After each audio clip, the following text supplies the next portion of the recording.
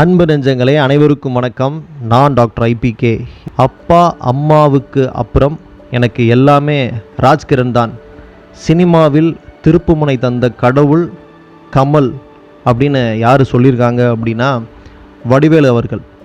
So இது சம்பந்தமாக நான் பார்த்த ஒரு செய்தியை உங்கள்கிட்ட சொல்லலாம்னு சொல்லிட்டு தான் இந்த வீடியோ.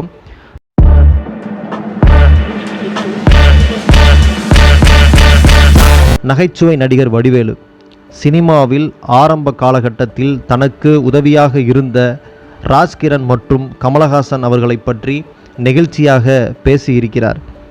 தமிழ் திரையுலகின் முன்னணி நகைச்சுவை நடிகராக வலம் வருபவர் வடிவேலு. இவர் அண்மையில் டாப் குக்கு டூப் குக்கு என்கின்ற சமையல் நிகழ்ச்சியில் கலந்து கொண்டார். அதன் பின்னர் அந்நிகழ்ச்சியின் நடுவர் வெங்கடேஷ் பட் நகைச்சுவை நடிகர் வடிவேலுவை நேர்காணல் செய்திருக்கிறார். அப்போது அவரிடம் தன்னுடைய திரையுலக அனுபவங்களை பகிர்ந்து கொண்ட வடிவேலு ராஜ்கிரண் மற்றும் கமலஹாசன் பற்றியும் நெகிழ்ச்சியுடன் பேசியுள்ளார். வாழ்க்கையில் எனக்கு சோறு போட்ட கடவுள், என்னை வாழ வைத்த தெய்வம் ராஜ்கிரண் தான். அப்பா அம்மாவுக்கு அப்புறம் எனக்கு அவர்தான். என்னை அவர் பெத்த பிள்ளை போல பார்த்து கொண்டார். மதுரையில் தமிழ்நாடு ஹோட்டலில் முதலில் சந்தித்தபோது நான் அவரிடம் மோனோ ஆக்டிங் செய்து காட்டினேன். அதை மிகவும் ரசித்து பார்த்த ராஜ்கிரண் என்னை சென்னைக்கு வாடா என அழைத்து சென்றார். அதே சமயத்தில் கவுண்டமணி செந்தில் உச்சத்தில் இருக்கும்போது என்னை அறிமுகப்படுத்தினார்.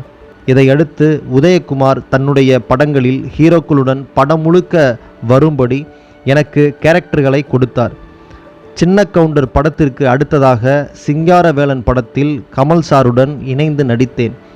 அவர் எனது நடிப்பை பார்த்ததும் எந்த ஊர்டா நீ என கேட்டு என்னை கட்டிப்பிடித்து வாழ்த்திவிட்டு எனக்கு தேவர் மகன் படத்தில் நடிக்க வாய்ப்பு கொடுத்தார். தமிழ் சினிமாவில் எனக்கு திருப்புமுனையை கொடுத்த கடவுள் கமல் சார் தான். அந்த படத்தில் சீரியஸான ரோலில் என்னை நடிக்க வைத்தார். பின்னர் வி சேகருடன் தொடர்ந்து வரவு எட்டனா செலவு பத்தனா விரலுக்கேத்த வீக்கம் என 10 படங்களில் பணியாற்றினேன். ஹீரோக்களுடன் சேர்ந்து பயணிக்கும் கேரக்டரில்தான் நடிக்க வேண்டும் என முடிவெடுத்தேன். ஏனென்றால் அதுதான் என்றைக்குமே நிலைத்திருக்கும் என வடிவேலு கூறினார். நன்றி, வணக்கம்.